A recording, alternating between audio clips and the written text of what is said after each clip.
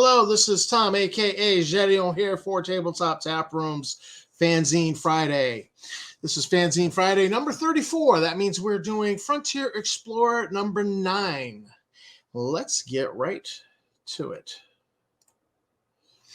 So here we have the cover of Frontier Explorer number 9.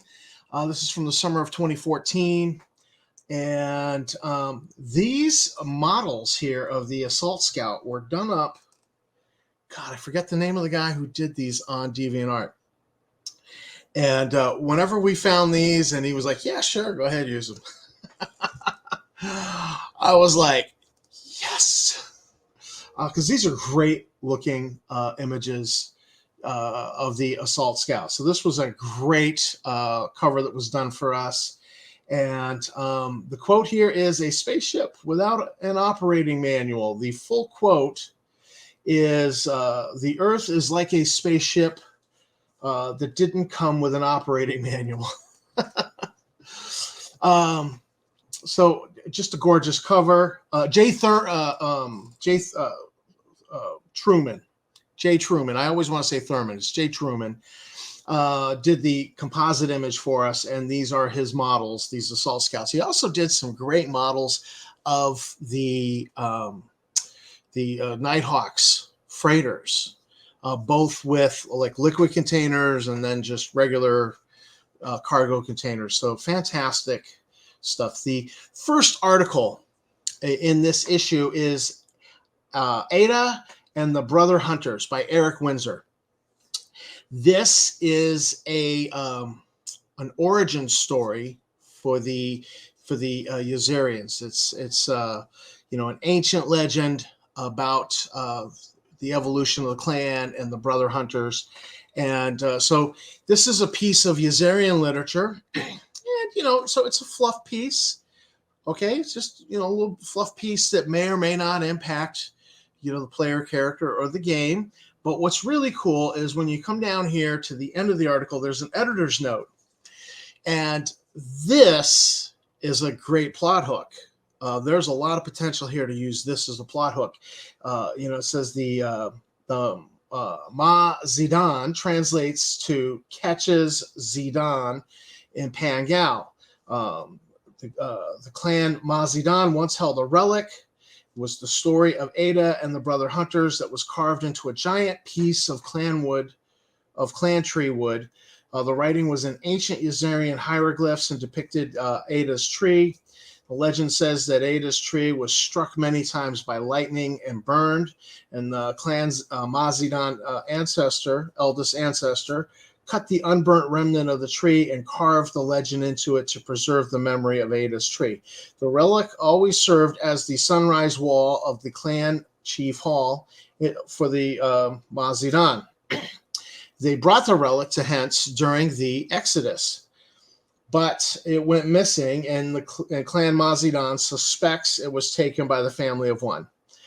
Clan Mazidan left Arax and pioneered the founding of Skrifron and Hakosar in protest.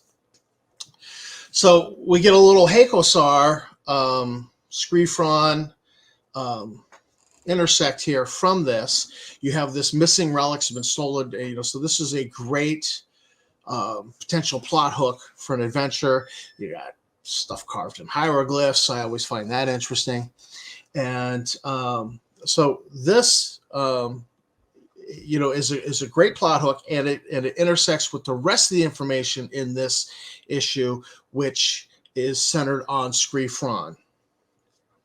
And here we go. Next up, Skrifron, a system brief by me, actually. Now, the way I approach this is I didn't just launch into the system brief. So I talk about the system on the edge of the frontier, and why I was never really interested in Skrifron all that much, because Universal Households, the megacorp, also known as Uniho, which is an unfortunate name because it kind of appeals to the prepubescent 12-year-old boys and some of us to snicker at. But Uniho, or Universal Households, is concerned with fashion, household furnishings, prefab houses, that sort of thing. So they're kind of like the Bed Bath & Beyond of the frontier sector. Ooh, so exciting, right? No. But as I looked at this and I examined what was in the canonical material, the differences in the material from Alpha Dawn to Zeb's Guide, and talked about that and harmonized that together, I then launch into this discussion, making some assumptions. And here I talk about the assumptions that I made as I was working up this planetary brief, system brief. And what that does is it allows you to look at my assumptions and go, no, I don't like that, and just go a different way. So I thought this was a good way to go about it. So you have the assumptions. I talk about the holes in the data that are there and how to deal with those. And then I discuss Screefron as a place for adventure, as a Starlaw campaign, as a Nighthawks campaign, the base, the jump off point for an exploration campaign, and why that would really be good. Then we get into the actual brief, discussing the history and the culture.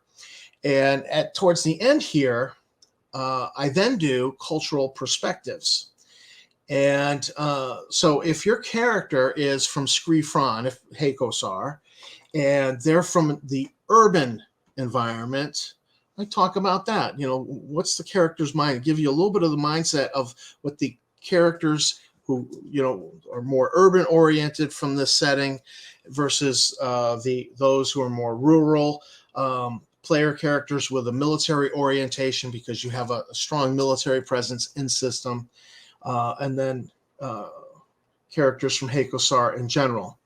And then a little bit of a discussion of Histram, because it's an outpost planet, so we didn't have to be too detailed there. Then this logo here, this is not from Zeb's Guide. Zeb's Guide gave us logos for most of the megacorps. This was developed by Tom Stevenson's son, Tom Stevens. And so his son came up with the idea for it. And then Tom Stevens himself, the elder, did the logo, and he offered it. Next up, we have a Starship deck plan. It's the NGT 1000 container ship. It's got the classic style, container, grab moorings here. So I'm not familiar with this software that produced these deck plans. They're perfectly serviceable deck plan. It's just to me it's a little busy, but it's still a perfectly serviceable deck plan worth using. And so this was a great addition. Not the only deck plan you get in this particular issue. Next up, we have Passenger Liner. This is by Joseph Meager, and I've put this little logo here. I drew the logo, but I think Tom Stevens colorized it. And I love the colorization. I just think it looks great. It's called Blast from the Past. So this is letting you know this is material we found in the lost internet. And we just said, this is too good for it to stay lost. It must be published. And so this is just a passenger liner deck plan. There is no engineering section here. It's almost a passenger liner cargo pod that you could just strap onto a classic Nighthawks freighter. Or you could just say it's got a chem drive, and so it's a system ship. And I've used it that way as a chem drive system ship, and had a murder on the passenger liner for the player characters to solve. So there you go. It's a 5-deck passenger liner. Not bad. Next up is Passage to Screefron. This is a 1-page Nighthawks encounter. Actually, no, it is not 1 page. It's 2 pages, but it's a setup called Pirate Intercept. And so it's predicated on a pair of pirate ships were chased out of a system. And the commander of the military base in Screefron is thinking, if they come this way, they're probably coming this way so they could use that secret pirate jump route that we know exists from Screefron to Volturnus. And so he details ships out there to try to intercept the pirates. And that's what this encounter is predicated on. Then you can continue it. I talk about continuing the action with a classic, boarding action of a captured pirate ship. Hacking the computers, finding the astrogation data for this jump route we know exists, but only the pirates have the actual jump route data. So then once you've done the boarding action, you can then transition this into a charting the passage.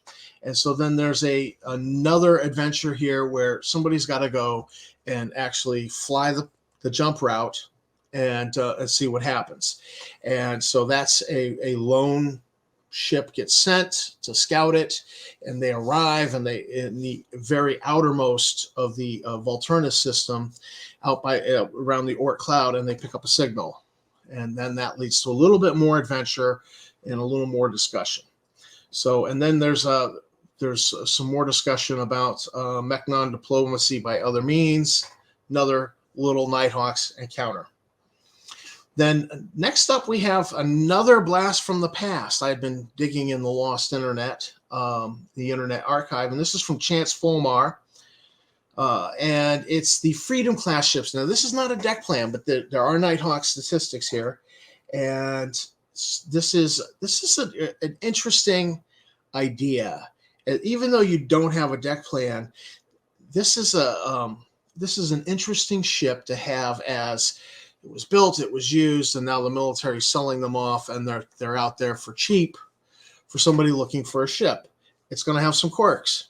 It's going to have some issues, but these are interesting ships for player character party to pick up when they're ready to start transitioning to having a ship and flying around the sector. And then we get another Titan Rising, Episode 2, Intrusions. Let you read that for yourself. And then in the Minzy Marketplace. The Minzy Marketplace is originally mentioned in that little piece of fiction in Zeb's Guide where that Yazarian enforcer is being propositioned by a Ifshnit trader trying to sell him an Omega Bolt. And so I said, Minzy Marketplace. I'm going to do a regular series where I just throw out some new equipment, new equipment articles, call them in the Minzy Marketplace. Became a whole series. And so you get some interesting stuff here. The Honora Solar Crystal Lantern. This is an artifact found on, and it dates back before the Day of Doom when the Sathar visited Volturnus and destroyed the Honora civilization. And so we don't know how they're made. We're not fully cognizant about how these things work, but it absorbs sunlight, and then when it's dark, it radiates it out. And so I just, it's an interesting little artifact. And then the Curabunga blowgun. The Curabunga, hunting in the trees, the classic of, the blowgun with the darts and the little pot of poison that they use to bring down small game. I thought this should be available. But I did put that if you're getting a cheap knockoff, not a handcrafted one, they're crap. So it's -10 to use it. They are much cheaper, though. You can pick them up in a gift shop anywhere. It'd be like, oh, yeah. So I just thought the stats should be available, and so I put that in there. The Pale Exploration Service Utility Belt. The Pale had an exploration service, and this utility belt, I was kind of thinking Luke Skywalker and Star Wars when he's got all the stuff on the utility belt, including the rope and the grappling hook. And so that's what this is designed at, after. I was also doing a lot of rock climbing and rappelling, so I wrote in here that +20 to climbing maneuvers when using ropes, or may automatically rappel safely. And I don't think there should, if you know how to rappel, I don't think there should be a skill check other than, I really don't think there should be a skill check. Rappelling is fairly safe activity. People don't think it is if they're not familiar with it, but it's, so I just wrote that in. And these are a kind of a collector's item. They date back to before the first Sathar War. So if you find one intact with all of its gadgets on the utility belt, it's worth 150 credits. but you can get replacement tools. And if you find one with just the, it's got replacement tools, it's worth a little less. People will pay you $50 for it. If you find it without any of the tools, it's worth 25. So that's one of my favorite items, actually. Next up, another blast from the past. This one from Joe Meager, and this is Red Thunder. Now, Red Thunder is full Nighthawk statistics and deck plan with, look at this, top view, side view, cutaway view, lots of extra. You've got this lander module, and they demonstrate how the lander module attaches and is used. I love the idea of the lander module. It's clearly ripped off from the mutiny on the Eleanor Mores, where that ship had a lander module. The lander module can land by parachute or as attached to the ship and then left behind. So it gives you an operating base. This becomes an ideal ship. It's a hull size 4 privateer. It becomes an ideal ship to use as an exploration scout ship. And it's kind of designed like the Assault Scout. You can see that in the design quite a bit here. So this is a great deck plan. We rescued it. To me, it's fantastic. And in the next issue is an adventure involving this deck plan. So handy. I love this deck plan. Just great deck plan.